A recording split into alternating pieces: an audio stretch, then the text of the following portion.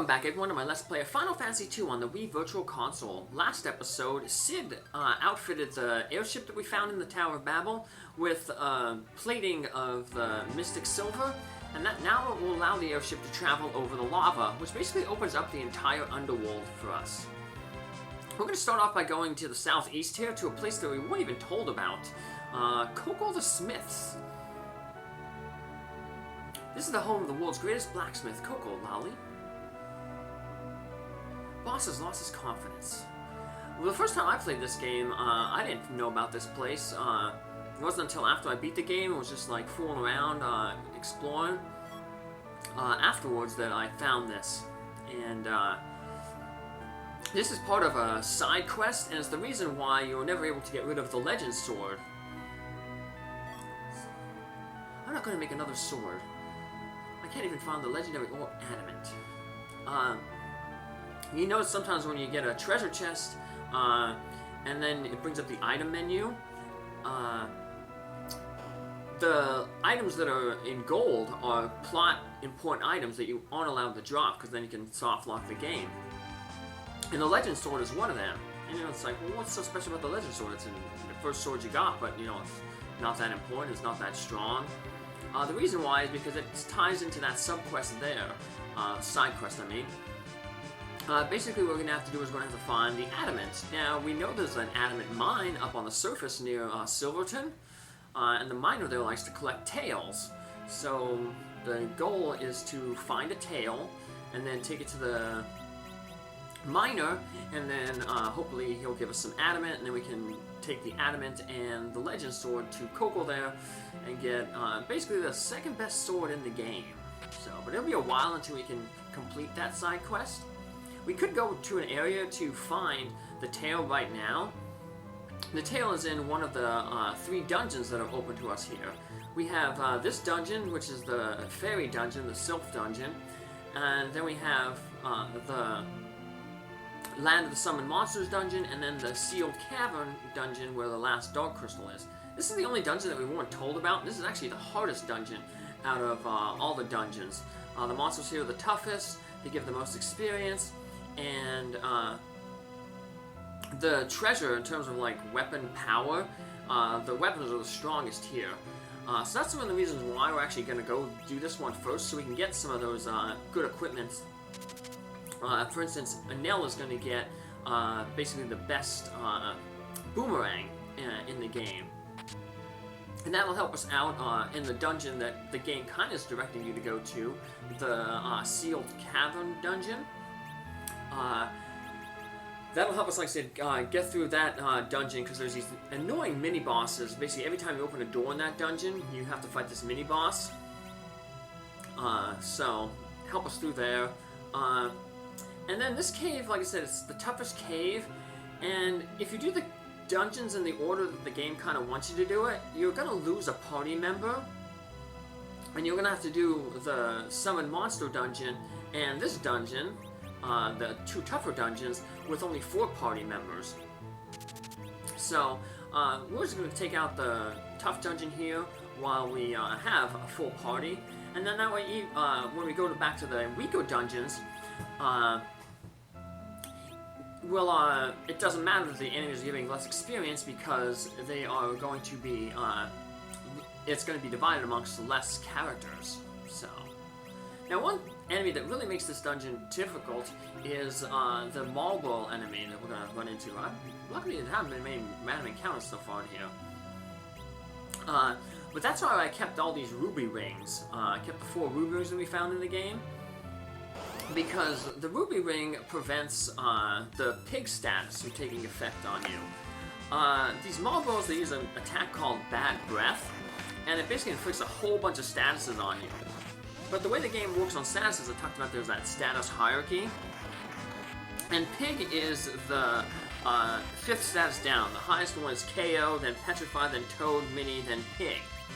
So when the game like assigns a whole bunch of statuses, it looks for the lowest assigned status first, basically.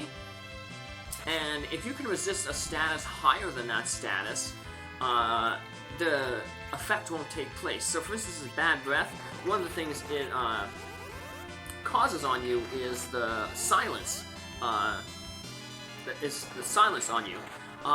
So the game's looking and says, wait, you're protected from Pig, which is higher priority than silence, so we're not going to let any of the statuses take effect. So by just equipping this ruby ring on characters, we're not going to suffer any of the negative side effects that the Marlboro's bad breath inflicts. Unfortunately, Toad, like I was just read off, Toad has higher priority than Pig, so even though we're protected against Pig, it's not going to work protect us from Toad because Toad is higher than on the priority than. Now, I haven't been talking much about this, but this battle's going to go on a long time, so I didn't really need to talk about it first, but this is the most annoying battle that you can get into in this cave. Not because it's hard, it's just long and annoying. These enemies really can't hurt you.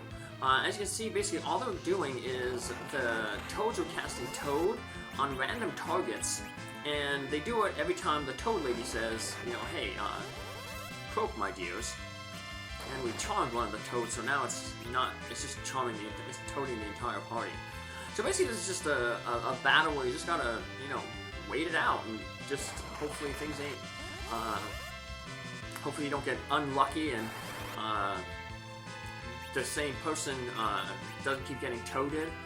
Like I said, the best thing is like, because the toad status doesn't take effect until after all the toads take their turn, the hope is that like, if a person gets hit with the toad status, then another toad will cast the spell on that same person. So like, we would hope that second toad up there, the top toad, it would have been nice if it would have cast Toad on Rupes, because then Rupes wouldn't have suffered any status. It would have been nice if it would have thing on Rupes again, but unfortunately, toaded Nell. Luckily, like I said, the Toads will never really attack you, they'll just keep casting the Toad on you, and the Toad Lady is pretty much the same. Once the Toad Lady is by herself, she's just going to cast Toad on herself. I guess she really likes toads, so she's going to turn herself into a toad. And basically that's pretty much all she does. So like I said, it's just an annoying battle. But I guess you get decent experience out of it. The toads, these are coming into groups of 6 or 3. We unfortunately kept running into the big group here. So there's a few more battles I get into with this group, but it's always 6 toads. I never get lucky to get the 3 toad group. Toads, they have the elemental weakness to ice, so you could risk having Georgie cast the Shiva spell. That will wipe out all the toads, but the problem is that when, if Georgie gets affected by the toad spell, the only spell that she can cast is Toad. So, now, speaking of Georgie casting Toad, after the battle, you're going to have to heal the Toad status. The cheapest way to do it is to use Georgie's Toad spell. That only costs 7 MP for her to cast, and Rupes and Lily's Insuna spell, which removes the Toad status, that costs 20 MP. So it's cheaper, you can basically get 3 people untoaded for 1 more magic point higher than what one Insuna spell or heal spell would cure. So, I guess you can also use the heal items that you got, but you don't really use items, you tend to kind of hoard them, so. So we have 3 new enemies, these ghosts. They're kind of like the soul monsters on Mount Ordeals, where they actually absorb fire, so you don't want to target them with fire. They tend to slow down. Their agility seems to drop if you hit them with an ice spell. So Shiva's a good summon if you come across a group of ghosts, and we're going to come across a group of ghosts later on. We're going to this treasure area. When we went into this cave, there was a split. We could have went down to the south, and then there was another staircase to the north. We took the north staircase that's the staircase that leads to all the good treasure. We'll make a second dive into this place and go the other route.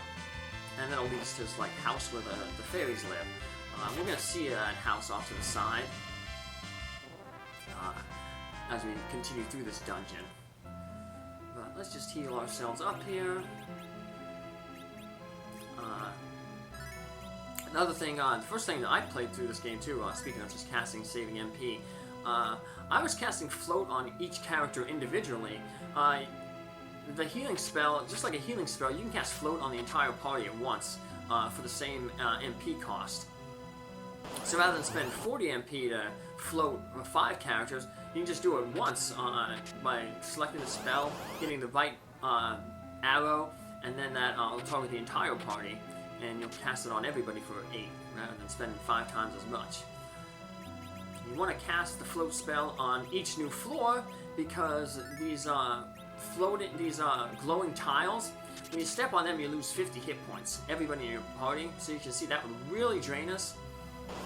They're going to also be very prevalent in the Land of Summoned Monsters, these float tiles. These glowing tiles that you need to use float to safely pass over. So you definitely want to make sure that Lily has the float spell unlocked. You also want to make sure she has the wall spell unlocked before you go to the Land of Monsters. So, here's the big 6 treasure rooms here. All 3 of the treasure chests on the top contain an elixir, and they contain these ghost enemies. Like I always said, deal with the ghosts by mainly calling Shiva. If you run low on MP, you can also use the Psych spell of Georgie's, and that steals MP from the ghosts. Ghosts, they seem to be kind of magical because you see they're casting a Fire 2 spell. So, they will be good targets to steal MP from. It's not like Final Fantasy II, the NES game that I played, that came from the Famicom, where you can steal MP from every enemy, even enemies that don't have MP. So, the thing was coded a little differently here. So in keeping with the ice theme, we'll use Georgie's Shiva spell, and then combined with Nell's Flood spell, which is the ninja equivalent of ice, to take these guys out. So, the marbles again. You notice they weren't able. They cast the bad breath a few times, and it never worked on anybody because it targeted somebody who had that ruby ring on. But unfortunately, Jarvis doesn't have the ruby ring because we didn't have one. We didn't have an extra one. So that's why the bad breath affected him and gave him a whole bunch of stabs ailments. So, you know, Toad, Minnie, Pig, Silence. So the worst is the confusion, because that pushes you, when combined with the Toad and the Minnie, makes you basically have no defense and puts you basically in the front row where anybody can hit you. So, we just took out the marbles, and we get the full moon boomerang, which is the strongest boomerang in the game. So that'll definitely help Nell out here. So, keeping with the loadout of a elemental claw and a boomerang. So I guess the best claw basically used would probably be the fire claw. That's the one I have equipped right now because the trees are weak against it. And the other enemies, there's no other weakness. The toads have the ice weakness, but they are so weak that it doesn't matter. You have to exploit their elemental weakness to take them out. So, this, once again, we'll just fight these ghosts. Like I said, everyone on the top here is a formation of 6 ghosts, and they always guard an elixir. And so we'll just grab the treasures from left to right. So, the better stuff, like the weapons and stuff, are all on the bottom. But the main one we wanted to get is luckily the first treasure chest we come across there, the full moon boomerang. We're going to get a pretty decent sword. It's a very strong sword out of the next chest that we're going to open up. It's called the Avenger Sword. What's unique about that sword is it's a two-handed sword. So your character can't use a shield. So Rupes or Jarvis, they can both equip the sword. Neither of them, they can't use a shield when they're using that sword. What the sword does is it puts the character in a permanent berserk status, which means that you'll go a little bit faster, your turns will come up more often, and you'll deal more damage when you attack, at the cost of not being able to tell that character what to do. So, it depends. I mean, some bosses, that's a good strategy to have that berserking. Because there's going to be some kind of bosses that are timed bosses, and those bosses, like I said, you have to defeat them in a certain amount of time, or else you know, they'll just instantly KO you. But we don't have to worry about that right now. So the Avenger Sword, probably just gonna sit in our inventory. Maybe I'll equip for a battle here or there. We need to get some. First, we need to get some MP back. So like I said, we can get some MP by psyching these ghosts. I selected the wrong spell, but I did at least cast the spell that will take some damage to. The ice spell. Yeah, fire, they actually absorb fire, so we'll give them hit points back. Just like I said, those soul monsters on Mount Ordeals. So this battle's going to take a little bit longer because we can't one-shot the characters. And Lily just ran out of arrows. So she finally finished off using all her ice arrows. So we'll just throw a different set of arrows on her there. You can equip arrows if you run out of arrows in battle like how I just did. You just go down to your item menu, select the arrows from the menu, and then pull it up into your hand. So I'll just grab the fire arrows, and I gotta combine the fire arrows there. You can only equip 20 at a time like that method, so that's why I have like 2 batches of fire arrows.